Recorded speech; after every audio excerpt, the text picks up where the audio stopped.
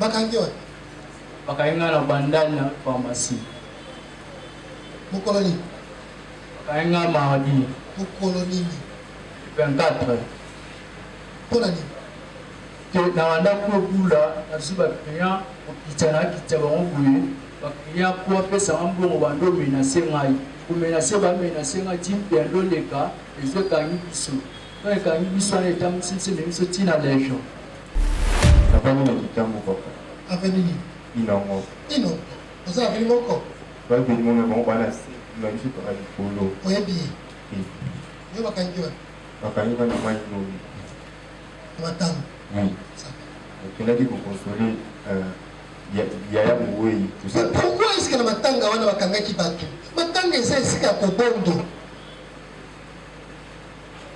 de compassion kopartage pasi na baoyo bakufeli le ndenge nini matanga ekomi esika ya kokanga bato et tous ces gens là qui sont arrêtés sont amenés à la légion pire longolelamba bamoni kena na tatouage te tulunga si eza ya nini sinon emeli fena we wana na sala yaya c'est la nuit c'est à 21h azali na torche calme-toi même alors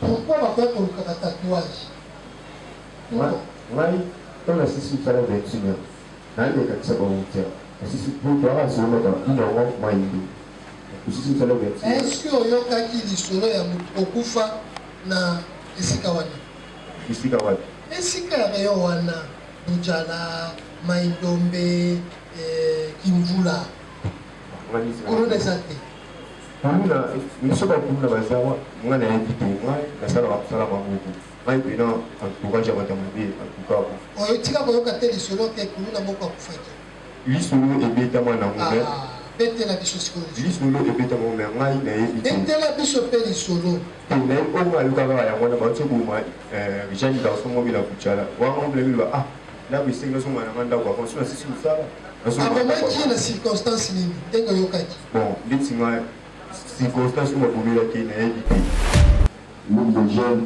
eza ya banda na numéro wana ezaka na basection sous-section na basection. Évite-nous ça. Merci papa. Évite-nous de nous parler de l'UDPS. Parle-nous de tes activités criminelles.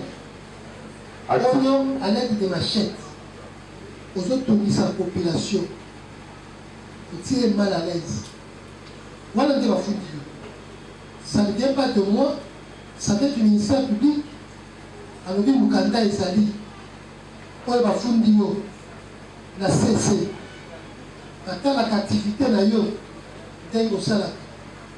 C'est ce que tu dois me dire. Activité en live. Na dénonciation de Mabe. Pour la conservation à Mora. Nous avons été partis. Sur la même date Mabe. Alors ça Mabe na quoi nous pour la conservation à pouvoir même chose. Il faut la dénoncer par la police sur la zone de numéro là-bas. Le 4 mars, opération au Bastala na quartier. Bakangi ndenge nini? Bakanga la corona. Biso ko posa na za kite la uti misala. Na yo la kuti abakangi ba corona na quartier. Ndio za la acheté. Et puis qu'il a mettre volontaire na za en collaboration na la police au nyonso. Ils a pembé na biso. La posa na wana la tala ba corona wana bakangi. So ba na la ko posa na ngabo. La ko na équipe mususu. Ya jour ya tout za ki la quartier. Liba kangi ngai na za ki na carte na poche. Akangi. Mais pembeni na yo bato baza ebele mpona bakokanga kaka yo eza pembeni te la police na biso eza deja mwa bamétrage ebele apres mpo wana ntango esalamaki quartier ezalaki mwa kimia mpo bajeune bayebi ke bakangaka bajeune quartier ezalaki na mwa kimia c'est insuffisant comme moyen yo okangaka bakolona me bakangi mpe yo nga bakangi nga parce que baéquipe ezalaki ebele basanganaki est-ce que bakuluna bato badenonsa yo ke yo mpe moko ya bakuluna ou bien c'est la police bato bakangi yo pamba mpo bamoneli yo bakuluna nano nayebi kutata likambo ya kuluna te mbala boni basi badenonsa yo na bato mbala boni nga na bakanga te liboso si yo oyebani na bakonzi ya polisi esika bokendeka kofunda bakuluna kasi mpona nini bakokanga yo bato bakangai ngai eza bato ya polisi ana te lokwa basanganaki donc bazalaki mwa donc bino message n'a pas coupé par policier. Oui. Jour où basala qui court, basangana qui l'équipe à Maloueka, il faut fourmi. Bah et bah qui était. Et l'équipe a eu sa libanda là, il était juste que travailler en collaboration là, bah sur cette eau ils a pembé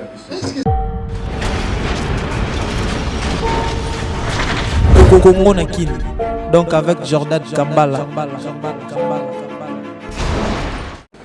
Beta Kaba, Puntisaka, Tassi, Ozala écurie, pas la vie. Baïki. Quartier Finda, la commune angalienne, a une passe. Nous avons poussé aux arts pour Nazak coordonnateur, la Ligue des jeunes, l'UDPS, Force du Progrès. Il y a le Conga, précisément comme des Ngaliens. Malembe. Il va nous inviter de nous parler de la politique, puis surtout ça va politicien. Mais ce qui est qui dans le solo, parce que ce que ça va Sénégal et force du progrès dans les sociétés.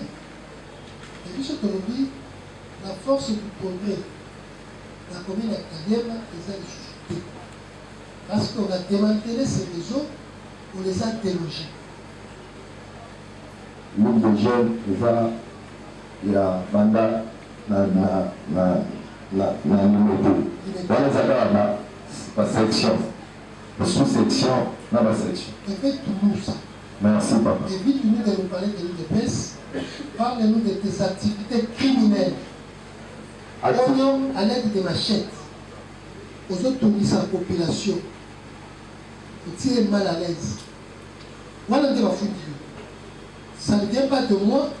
Ça vient du ministère public. Alors, Mukanda et Sali. La Fundio, la CC, attends la captivité na yo, dengo sala. Sur la manie d'Atmabé, alors ça m'a bien encore mieux. Pour la conservation à pouvoir même chose. Il faut la dénoncer par la police sur la zone numéro là-bas. Aussi on dénonce à Batuboni, awa, bangoy, baoti kogoma bat, bangoy sima. On sait la bangoy la carte c'est cabassé les moko. Aussi on te laisse comme personne awa. Nous prenons seulement un échantillon d'ici. Combien de personnes?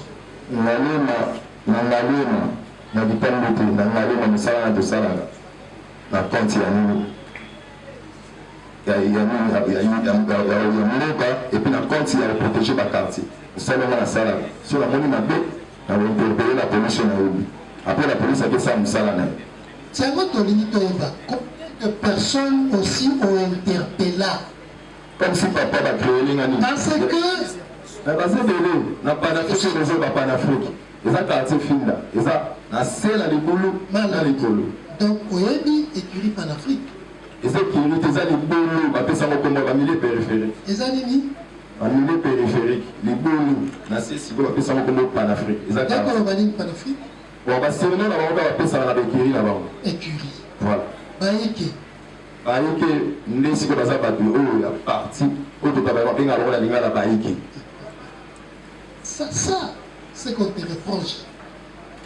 Excusez papa. C'est ce qu'on te reproche. Ça la gare au dénoncer. C'est ce qu'on te reproche.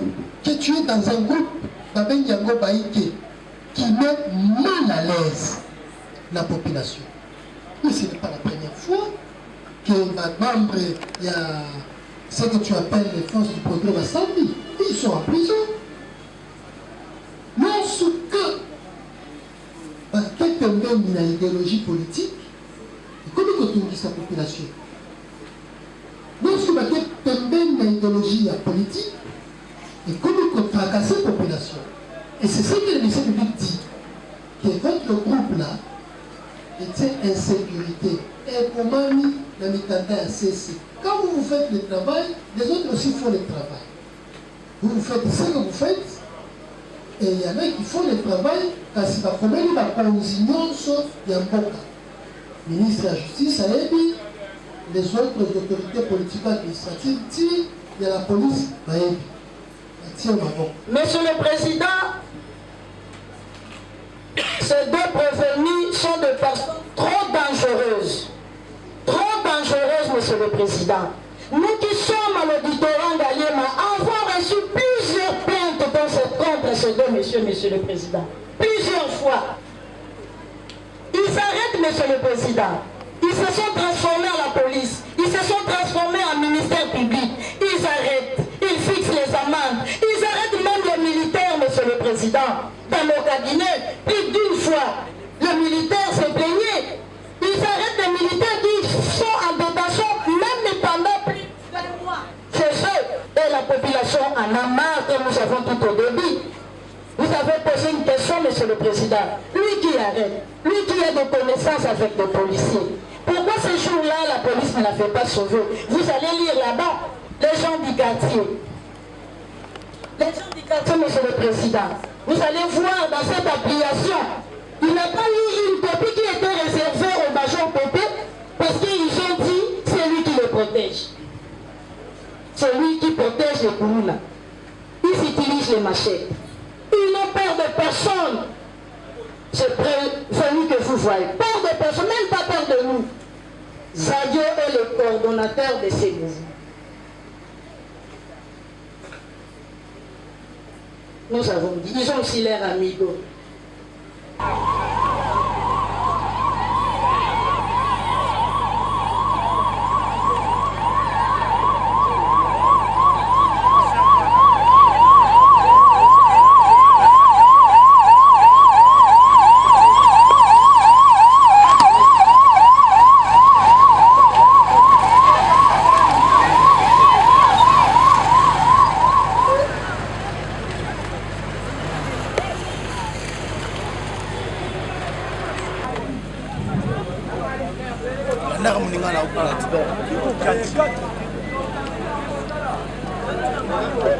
Vous avez la parole.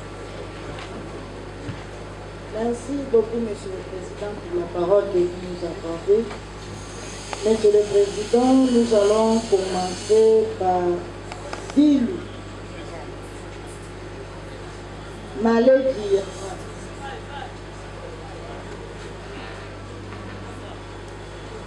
Obenzeko.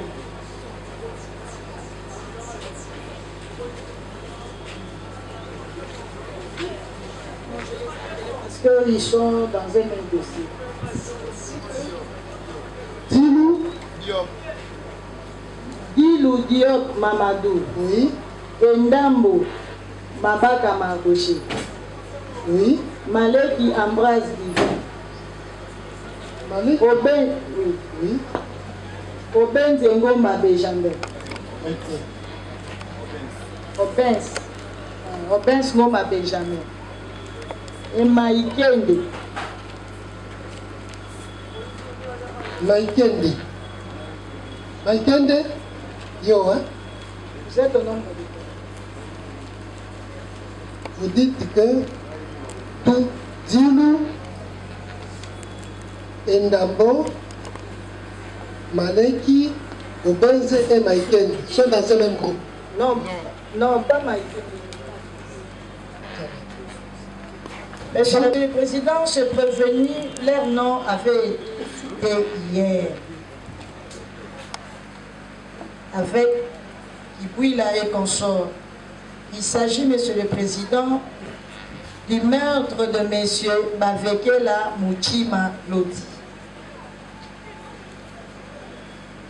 qui fut tué en date du 24. La victime? La victime, c'est M. Bavekela Mouchima Lodi. En date du 24 novembre 2024,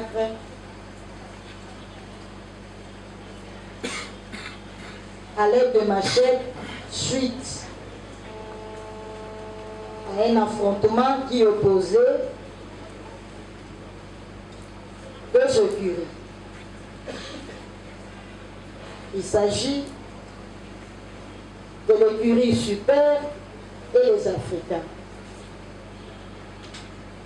Et ces combats furent déroulés en direction Basoko, Kivula, Boudjala et Maïdo. Leurs consorts avaient été interrogés hier par votre tribunal. Maïkende et Kazadi. Kazadi Ilunga Zadio.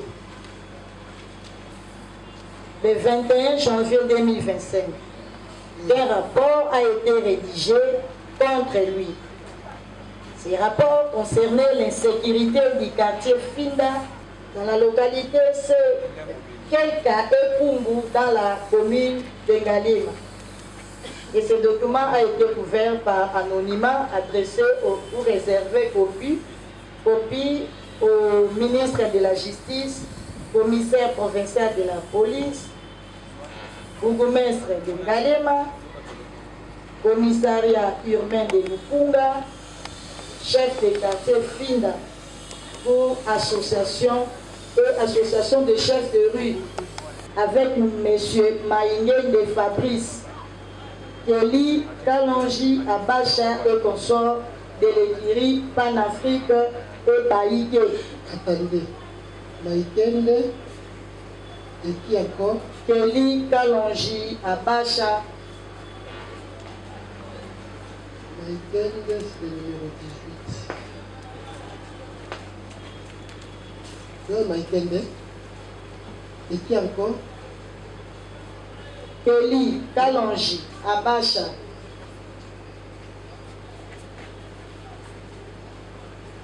Ils sont ici? On avait mis la main sur eux, nous avons cité le nom des Ok, ça constats. va. L'écurie Panafrique et Baïgue.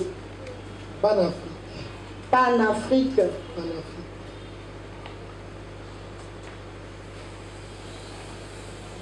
Et Baïgue qui ne cesse de troubler l'ordre public,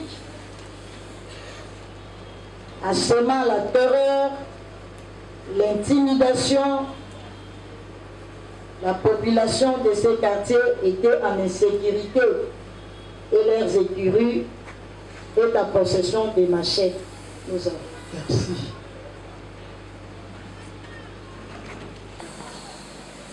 Maleki, Openzi, Bino, Lobi, mokonzi ya mibeko ministère public apresentaki groupe ya bato 12 Pasindombe,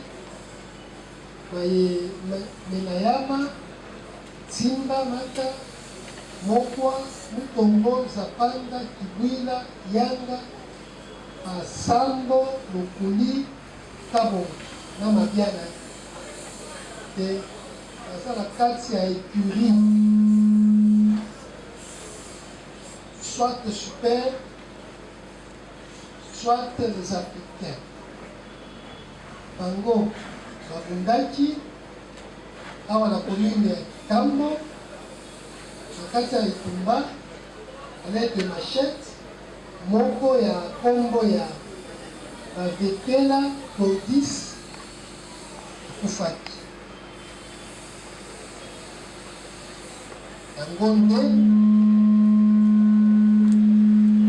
atindi bino na bazuzi mpo balandela likambo wana parce que epekisami eza eloko oyo ezopesa mpasi na bakonzi ya mboka de sorte que ezotrouve esaleli ya likambo yango. Indambo oyoki, Dingu oyoki, Maleki oyoki, Obenze pe oyoki.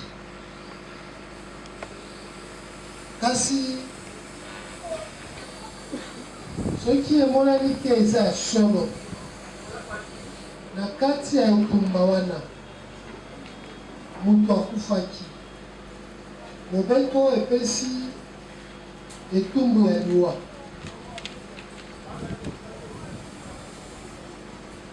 Kazadi Ilunga Maïtende Bintim. Activisme et insécurité na kati ya mboka Kisasa. Dans tous ces commune. Oyo ezosalema na quartier Finda na commune ya Ngaliema. Kasi po ebima Pwasa esalamaki na mokanda oyo moto asinye te me kasi akomeli bakonzi ya mboka kobanda ministre ya justice, chef de rue na bakonzi ya police likolo ya écurie Panafrica na baike oyo bazo tia mal à l'aise la population ya quartier Finda na ndenge ya kobetamaka kobotolaka biloko koyibaka biloko soki ya solo na kosamba elakisi ke moko to bino nyonso koza na kati ya likambo yango etumbu ezaka moko eza 20 ans.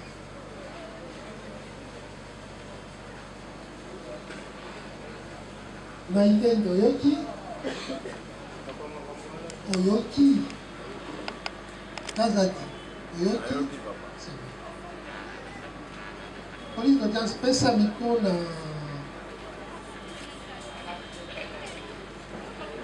Engambo. Papa, wana na yebi yango te.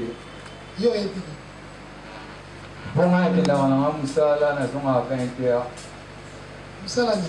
Chantier. Yo fandi wapi? Inango. Na komini? Tambo.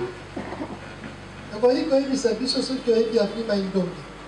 Na yebi yango mpona vanda na Inango avenima ileko ilandi. Okoyi koyebisa biso soki oyokaki lisolo ya baécurie ya ba super na baafricain nde babundaki moto akufaki. Papa, wana pena na yebi yango te mpo ngai na constatoire mosala na ngai ya maboko. Eza lisolo, eza histoire. Soki totuni yo lobi match nini ebetamaki soko oyeba ata soki okendaki mosala okeyebaki te lobi Real koyaki lingete misato na libungutulu wana esengi okende mosala mpo oyeba soki balobi mboka na biso eza na etumba si eza lisolo ezobetama kasi likambo ya motuya biso nyonso toyebi kuluna soyebi lisolo ya kuluna oyebi lisolo ya kuluna te kena kitako ezali wapi na yalandela yango te koyeba tolobi te olandela mpo oza mokonzi ya polisi te olandela yango me koyoka te antuka na quartier na biso eleki kuluna ezali wana oyebi oyokaka yango na bamai ndombe na bainongo na babujala baveni nyonso wana bakimvula etondi na bana mabe wana oyebi papa wapi na yebi meya na kopanda makambo na bango te landela bafi na bango te c'est ça okoki kotangela ta moko mibale ya bakulu na oyo oyeba parce ngai soki batuni ngai na kotanga bamosusu mpe baza na boloko nga moko namoni bango ndenge bazokanga bango bazokende boloko na bi ya solo oyo azala kuluna eza bato tofandi na bango sololaka na bango bonjour monsieur bonjour yaya bonjour leki okoki kotangela moko ya oyo oyebaka te baza bato mabe navandaka na bango te papa ma bakamarade nanga oyo ya chantier kasi yango nde ye mokonzi alibaka lobi yo moko na bango na kati ya etumba wana ozalaki jamais bakotuna ata na quartier ma makambo na esala yango te parce qu'on ne peut pas comprendre comment est-ce que likambo ya bandenge wana moto akufi toyokaka biso nyonso kaka tozali awa tozongi na bandako papa likambo ezalaki bato babundi bakangi fulani foka moyo oyo azoki osupe akufi wana eza lisolo wana mpe oyoka tika koyoka yango te otika koyoka lisolo wana te moi c'est ce qui me fait mal. Pour le quartier, on dit, au fond de Inongo est avenue parallèle à Maïdom. Maïdom est un temps. Boudjalante, c'est ce qu'il y a depuis le moi, je suis dans le quartier. Je suis dans le quartier.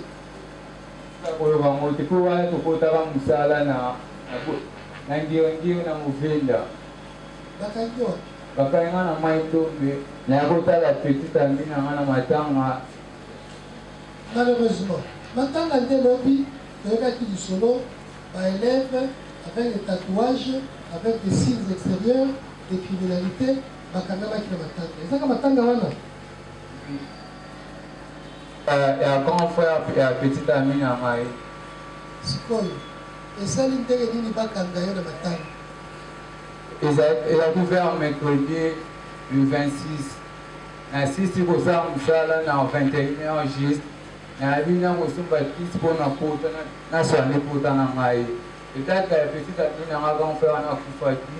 Na bina ko vandi si ata mukie. Ko vandi sana fa se mukie vers 22h GPA était venu Maï kutende. Na dans la nuit dossier moi on a fait et le salaire biso. Tu payes ka kokanga yo. Papa. Yo moko kaka. Papa. Beba mosusu bakanga makina matanga wana. Bakanga makina matanga wana.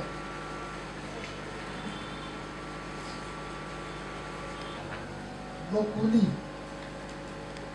Bakanga makina matanga wana. Bakanga makina matanga. Ale juna ile shoka kana ipura kwa kufanya matanga wana tina leo banki sasa kaelelo lobina tonga na kuta msala matanga bakangaki batu boni aba kana ngamu batina ngai osali nini na ile ona salite kwa ubekiri na kama ubekiri non totali makambo sécurité omoni buku oyo bikonisi elobi soki police soki mutu ya leta akangi yo akoyebisa yo ntina nini yo siko bakangi yo bayebi so ntina nini bakangi yo ntina elo oyebi te éviter bakozwa entre vagabondage to suki te vagabondage eza te pasi oza na matanga vagabondage n'est pas dans un deuil suki oza moto ya suki ebele te mosusu ye wana akozi mosusu ya mboka baza na basuki ebele atika kokanga bango te suki eza infraction to mpe habillement azalaki nango olataki ndeni nakembilamba chantier esaliti na bandomema babrek yo te kotala sheri na yo na bilamba asali te ekelela fangisitake moke na somba mpe bakisi na kota ndako na ntango kolala bakangi bakena yo wapi bakinanga legend legend bato nyonso baoyo bakangamaki na liwa ya mwana mboka Clotis bakendaki na legend bozalaki bato boni na kati ya likambo wana ngai likambo wana na yeli yango te papa sa bapesa nini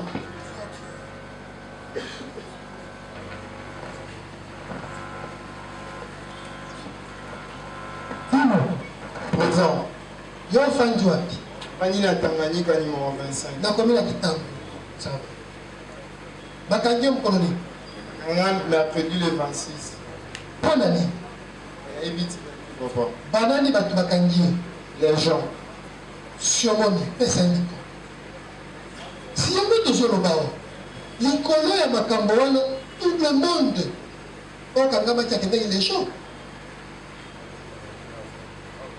bakangi yo na circonstance nini Évite papa. Pour aller au Kangaba innocent rapidement. ozalaki wapi Avant ya kiti face à Dei Ngamoku. matanga matanga ya nani Ya petit frère, ya collègue moto na kusala ni. pesa ndiko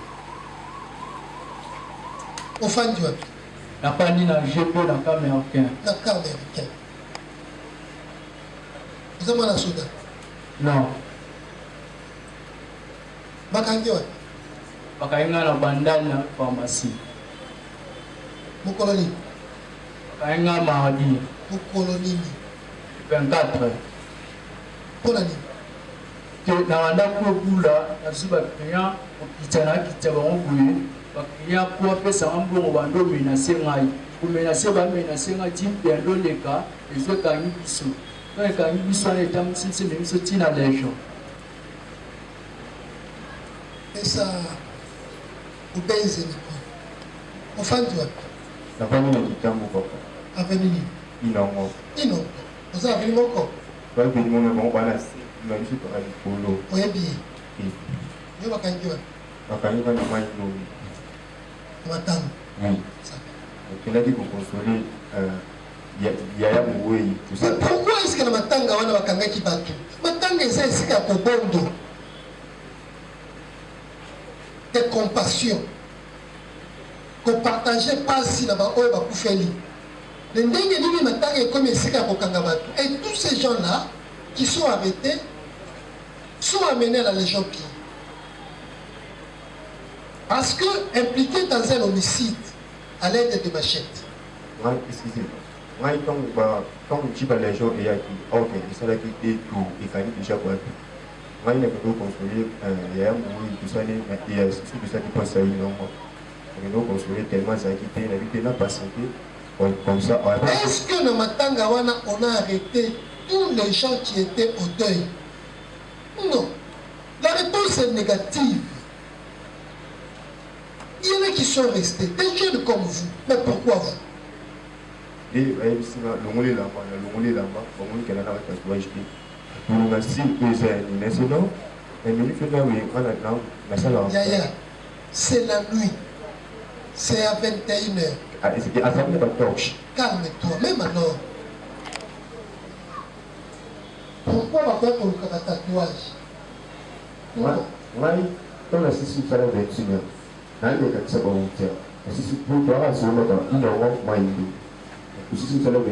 que oyokaki lisolo ya okufa na esika wana?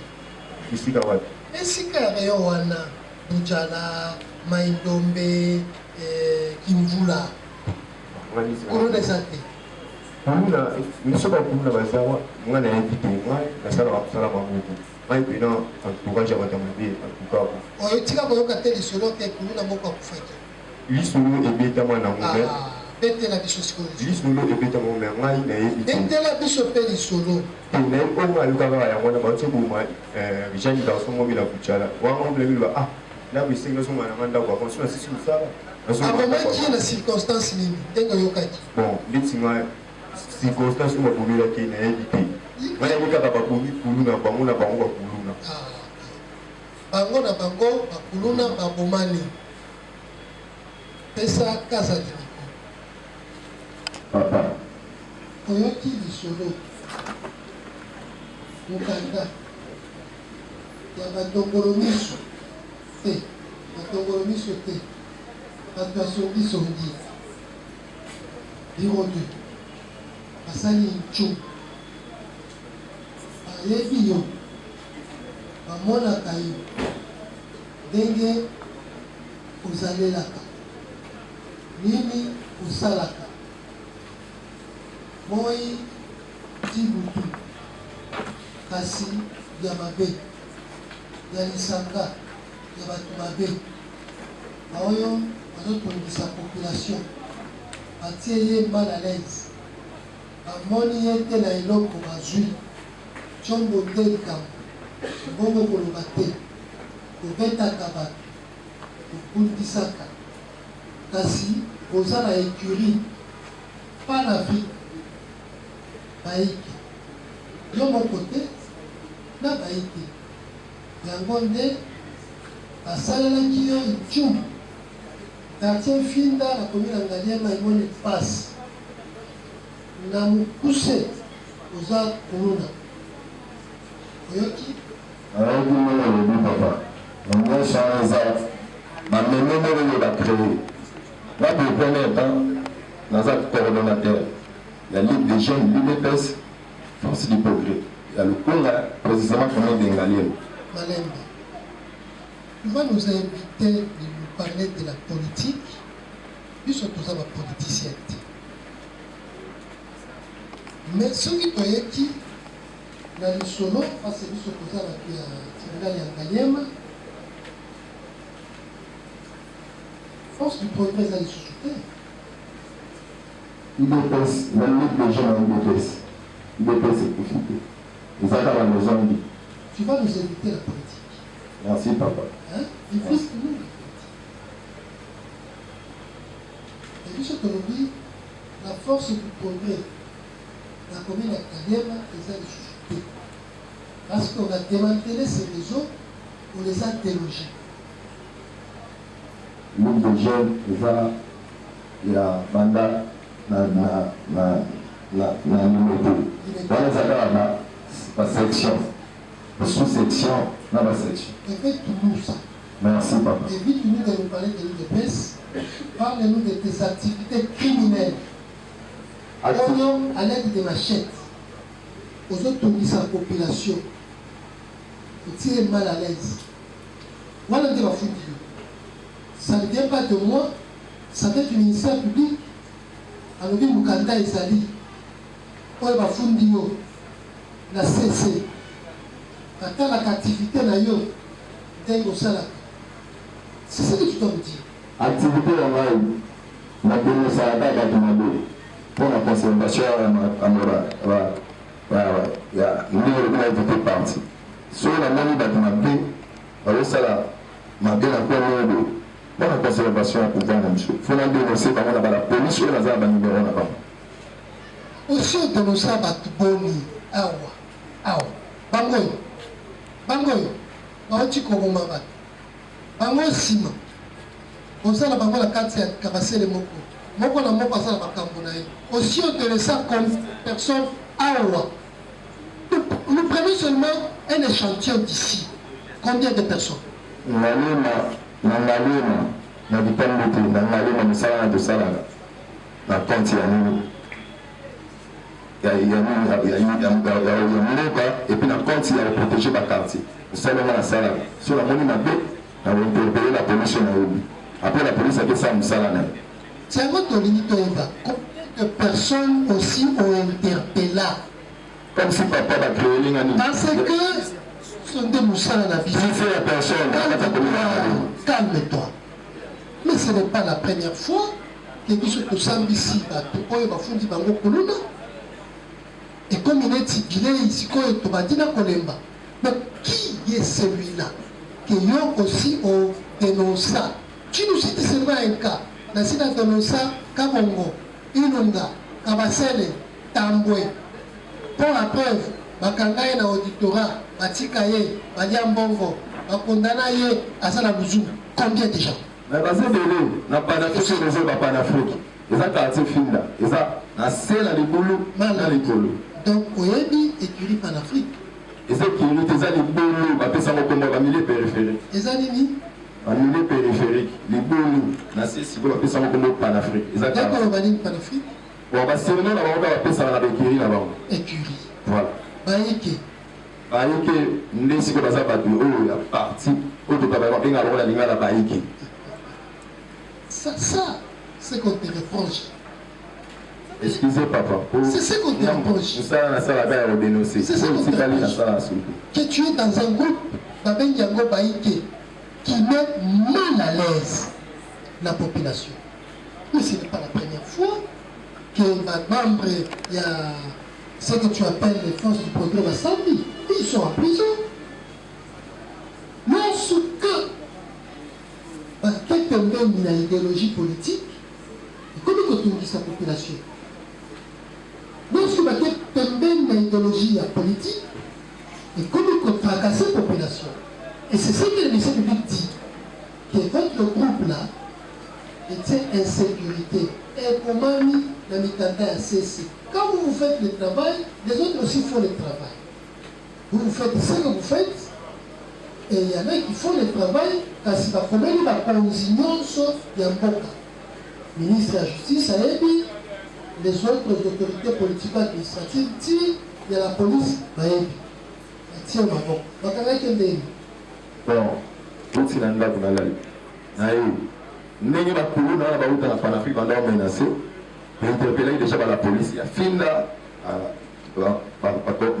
major PP bango tout bayebaki bayebiki comme si la police va menacer ce jour de tout balola mabeli ngana pena ndako comme si musala na ezati na pinga déjà bon c'est bon ils a telle place akopulu ne bunda oui c'est la détaillingati na la ila ndako na kisiko 18h bo bakangi bakulu na likolo na ninga na finda otoyi oya pe tozoyaka bazali baunité ebele nde nayo kuta na unité moko mbala moko basimba ye angayo te bon comme si nayebi na eloko te ngai nayaka mpona kodenonse bato mabe nayaki ntina oyo naboti 1 mois naza nazoyeba te moto afundaki nga nani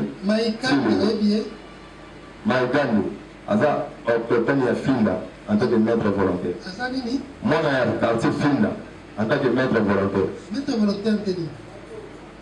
maître volontaire de anti-corona Apoloba. Tu vois que tu commences à me rejoindre. Yo lobby, tu dénonces. Quand tu as une preuve de dénonciation, tu boni tata comme au moko au pécité. Et comme bakako kanga kulula na yo lokola. Nani a dénoncé qui est pour bakanga. Parce que les mêmes autorités là de la police et si on est dans le fond, il fallait pas le bas, on y a ça pour la terre.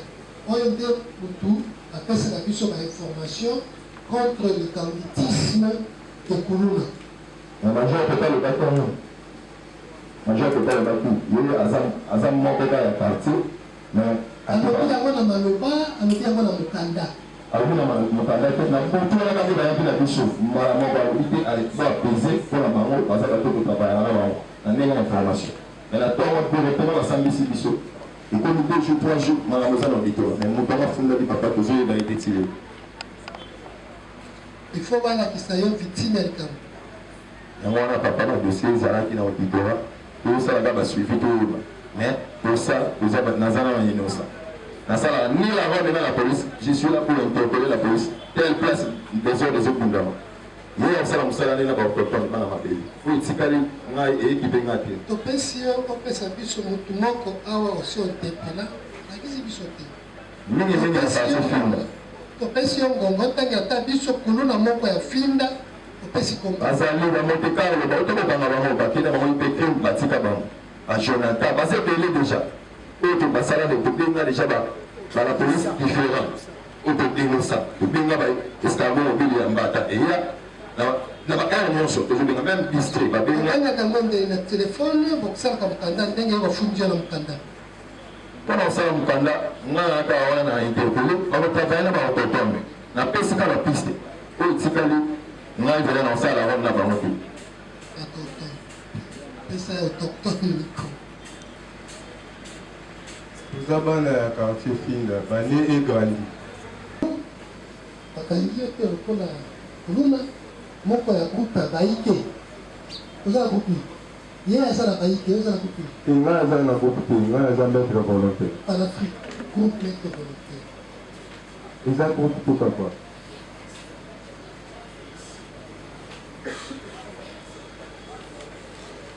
mosala na groupe wana ni biso toza lokola bato oyo tofafafanaka na la police ensemble. Malheureusement, c'est la police qui t'a mis la main. La police bakangi nga ya boye te balukanga. Est-ce que c'est la police qui t'a mis la main? Je bakanga nga jour opération. Opération nini? Le 4 mars opération oyo basala na quartier. Bakangi ndenge nini? Bakanga ya bakorona. Biso tokusa nga nazalaki te nauti mosala. naye nakuti bakangi bakorona na quartier nde ezalaki te nayebiki na maître volontaire naza en collaboration na la police oyo nyonso eza pembeni na biso napusana wana natala bakolona wana bakangi so banani nakopusana nanga boye nakutani na ekipe mosusu ya jour ya tolo ezalaki na quartier nde bakangi ngai nazalaki mpe na carte na poche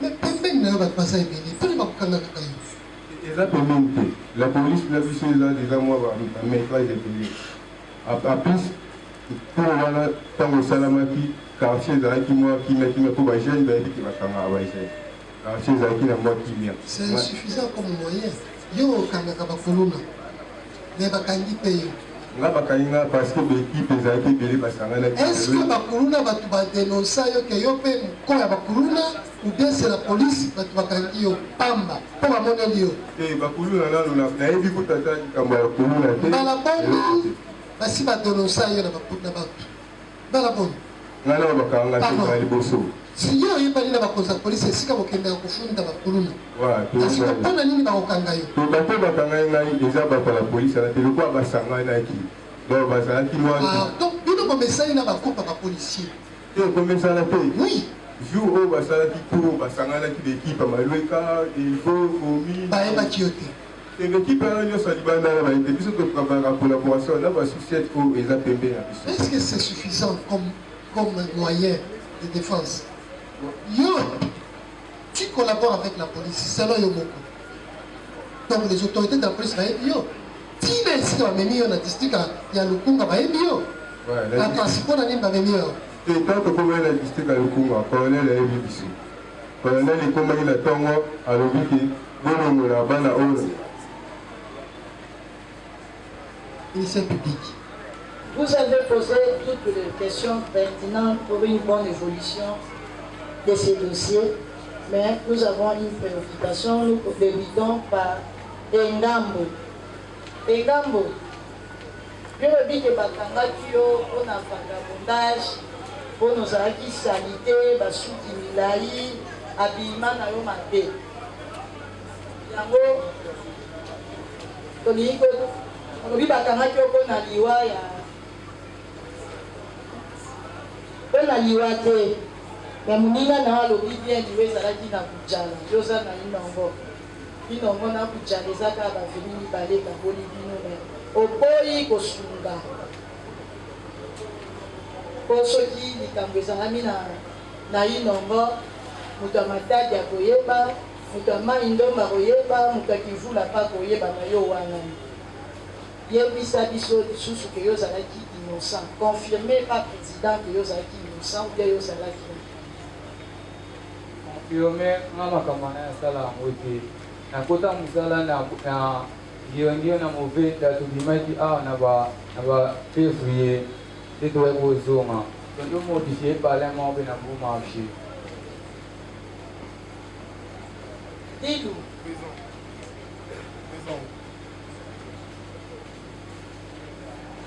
La police ekumbaki yo epai na biso babiki ebino nde bobomaki bitumbu ezalaki na kujana bino nde bato bobomaki mutu wana kotambola yo vandi na avenir na Tanganyika kasi ezaka ya kitambo maleke yoza motard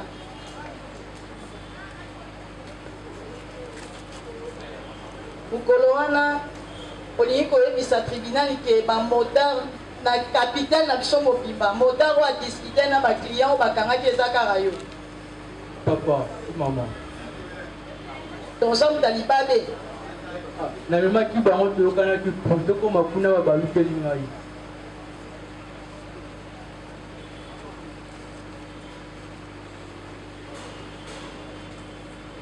balobi bino nde boza bato oyo ekire ebundaki bobomaki moninga na bino na bujala yo moko kuta oyebi oyokaki ke babomaki motu na bujala mpo lobi ke baza bango na bango bakuluna bongo na quartier na bino wana kaka yo moko ozala mwana mobali to bana basi mpe bazala mama ngai bakamati ngai na matanga mpona siko nde nasikikaki mokonzi akanga biso apesaki ordre bakanga ngai mais asulinga bongo si oyo ozuka mpona nini nde nayebi se te si oyo eza erreur esalami nga na kolekwa bongo akoma bamotani ne nakuya ndenge nazuka awa na defo nakuli sikoyo koma osala mosala esalaka mosala yango monsieur le président yango ce sont le prévenu que nous avons présenté, Monsieur le Président, ce sont eux, les bandits urbains que nous recherchons. Ils sont libres, Monsieur le Président, de dire que ce sont des personnes innocentes. Ils sont libres comme le vent de dire qu'ils n'avaient pas participé ce jour-là à cet affrontement. Heureusement, la police congolaise est forte. Cette police a réussi à mettre la main sur le délinquant. Monsieur le Président, ce sont de vrais terroristes. Ce sont eux, Monsieur le Président, qui ont donné la mort à cette découverte, paix à son âme, et ils étaient nombreux. Voilà, Monsieur le Président, l'un d'eux reconnaît. Mais eux, comme ils ont le cœur dur, le cœur qu'ils utilisent pendant ces affrontements, ils viennent, Monsieur le Président, exhiber même l'efficacité de leur cœur même par devant vous. Concernant, Monsieur le Président, Zadio et Maïngende, nous allons vous remettre sur le banc. La population en a marre, Monsieur le Président. La population en a marre de ce peuple venu. Zadio, okoki kobrandir qualité na onini oyo ozalaka nango mpo okenda kodenosa bato, okenda kokangisa bato. Qualité na oza nani oyebisa tribunal? Okangisa, c'est trop dit, odénoncer. Mpona mwana mboka, antake mwana mboka nano, epere de mer. So na moni mabe mpona za para, biso mwana bato bavictime, ya bayo menacé, bayibi biloko basere, oyo bayopepe, bapetite sere, baniese. Yango moni ngai nazwa banimero ya bala police, na baunité différent, bacentre supérieur. Kade, pembeni na bango mabeza, na interpellé bango na dénoncé de tel moto na moni bango na kwendo. Apa wana, oyo tikali autochtone basala yango bango. Nga nazaka mpona kodénoncé. Combien de fois dénonçant déjà baninga na yo? Baninga na nga te, bamiyibi bakuluna. Oyo na dénoncé bango.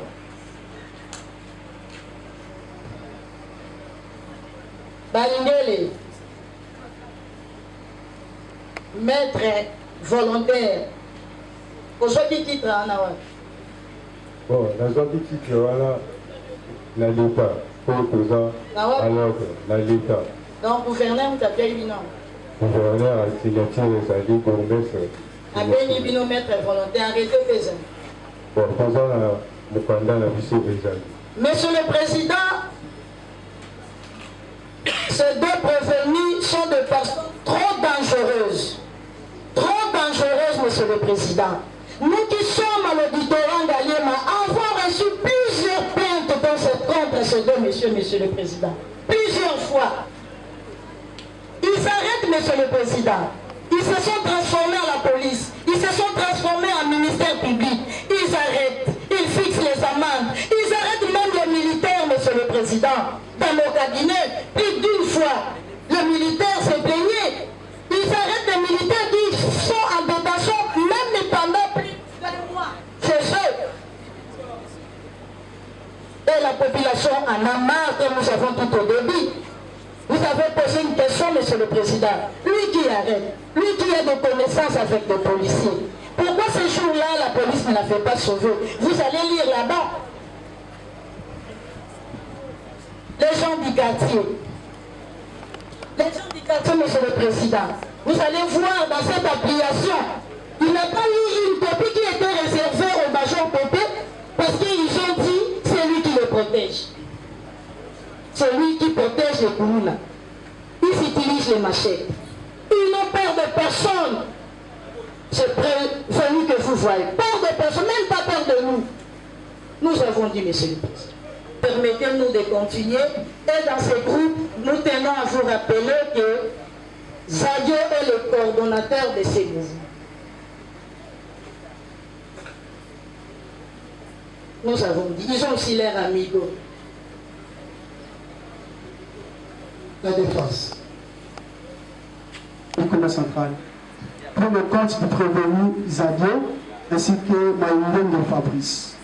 Monsieur le Président, le prévenu Zadio, il vient de dire ici devant votre liste de tribunal, il est membre du Force du Progrès où il travaille en collaboration avec la police, où nous avons les cartes de membres, on va les poser devant votre liste de tribunal. Voici les cartes. Le Zadio qui est devant votre liste de tribunal, il avait le plainte qu'il était arrêté par la mesure d'enquête de la police où il venait visiter le cours qui était arrêté au quartier, où il est comme l'une des personnes qui dénoncent les délinquants ou les Koulouna, malheureusement, le même jour où il était arrêté. Il posait des questions de savoir au ministère public. Il a parlé Quand il a parlé de machettes, une paire avec des machettes. Est-ce qu'il peut brandir devant votre auguste tribunal les machettes par laquelle le monsieur Zadio commet des faits?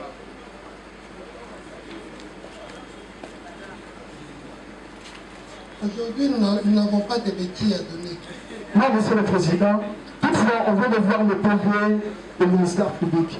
Nous nous demandons, est-ce qu'il peut nous brandir, même en espèces? Obtenir du rapport. C'est un rapport de la communauté adressé au ministre de l'Intérieur, où Kazadi est cité, Maïngel est cité comme membre faisant partie de ceux-là qui gênent l'inquiétude de la population.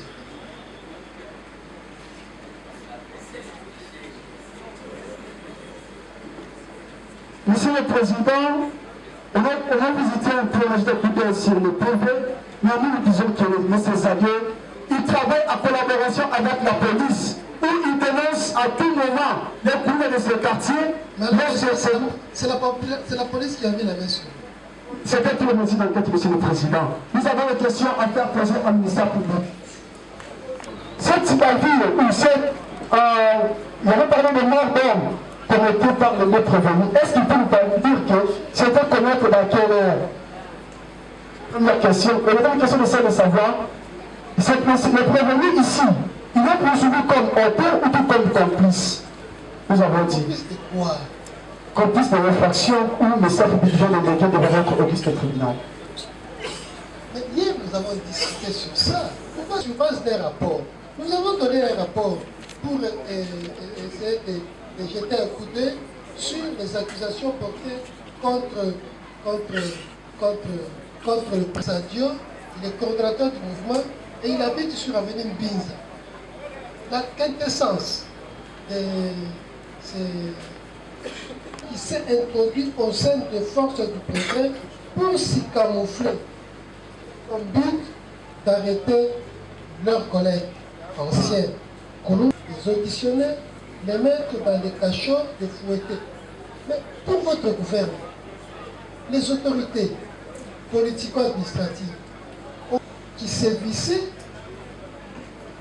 dans la commune d'Engalim, à la hauteur de Prévenu Maïngel de Fabrice. Dans les mêmes cas. Monsieur le Président, notre pièce a voté devant votre auguste tribunal. Oui. Reconnu par l'État congolais, il travaille en collaboration avec la police pour dénoncer tous les coups de Monsieur le Président. Malheureusement, c'est la police qui l'a arrêté. Monsieur le Président, c'était par la mesure d'enquête, notre policier qui venait de voir, qui ne connaît pas le monsieur, quand on avait brandi cette pièce devant la police, c'était déjà tard. C'est pour ça que nous sommes venus devant votre auguste tribunal pour présenter des documents qui attestent que le monsieur, quand c'est un monsieur Fabrice, qui est innocent, il est membre de notre volontaire qui travaille avec la police. Quant à ça, on va tirer la conséquence, Monsieur le Président. Si, pour les autres prévenus. Indambo et Malé. Je voudrais faire poser la question à travers le tribunal au ministère public. La première question est la suivante. Est-ce que... Monsieur le Président, nous avons une question à faire poser au ministère public. Il soutient son accusation en disant que le prévenu devant votre auguste tribunal fait partie du groupe d'Inéquérie de Corona. Si quel élément de preuve peut soutenir son accusation? Ministère public. Beaucoup, Monsieur le Président. Notre résumé de fait a été clair. Et hier, nous avons dit, il y avait un avocat de la défense qui nous avait posé la question pour savoir, quand nous avons dit, cette entreprise criminelle utilise des machettes. Par conséquent, ils avaient posé une question. Et nous avons répondu de la manière suivante. La personne qui détenait la machette, les personnes qui détenaient les machettes étaient nombreuses. Mais la police avait saisi les machettes auprès de M. Kibouila Yal. Mais il reconnaît qu'il y avait mort d'homme. Il reconnaît, il vit dans le même quartier, Monsieur le Président. Celui-là a dit que c'est suite aux habits sales, Monsieur le Président. Si c'était le cas, la police allait arrêter même les fous. Parce que les fous aussi sont seuls, Monsieur le Président. La police, Monsieur le Président, ne tombe pas à 100% à côté. Nous félicitons encore la police pour ce bon travail. Ce n'est pas par hasard.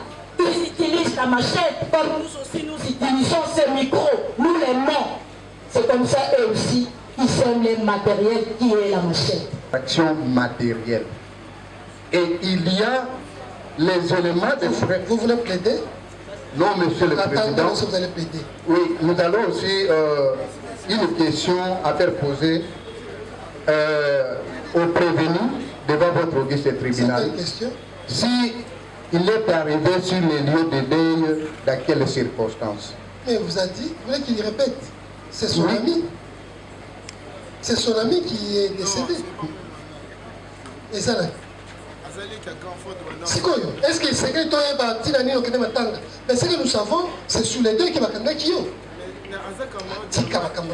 Oui. Laissez ça. Oui, votre honneur, je vais intervenir pour répondre de prévenu Obedi. Oui. J'ai une question à faire poser à Madame le public.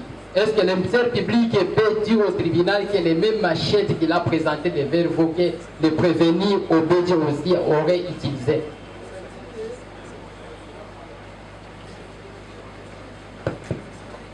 Obedi a reconnu ici qu'il y a eu mort d'homme dans les secteurs et que cet homme qui est décédé était un des membres des gangs opposés, mais qu'il est décédé de machette. On met Obedi dans ces sacs. Attendez le moment que vous allez plaider. Vous allez demander un message qui démontre si effectivement Obedi était membre de ce groupe et s'il détenait quoi. Mais nous vous rappelons qu'hier nous avons fait la théorie sur l'homicide, que le meurtre peut résulter d'actes géminés. Ce n'est pas parce qu'un d'eux a frappé que l'autre qui a participé en silence ne se prend pas coupable de ce meurtre. Oui. Oui, notre auguste tribunal, c'est qu'il est connu avec certitude. Qui le connaît avec certitude? Oui. Raison pour laquelle, Monsieur le Président, si votre auguste tribunal peut autoriser qu'on puisse appeler les témoins qui vont décharger devant les prévenus devant votre auguste tribunal. Vous déposez la liste des témoins. Honneur au tribunal. Ça va. Il faut que nous rentrons.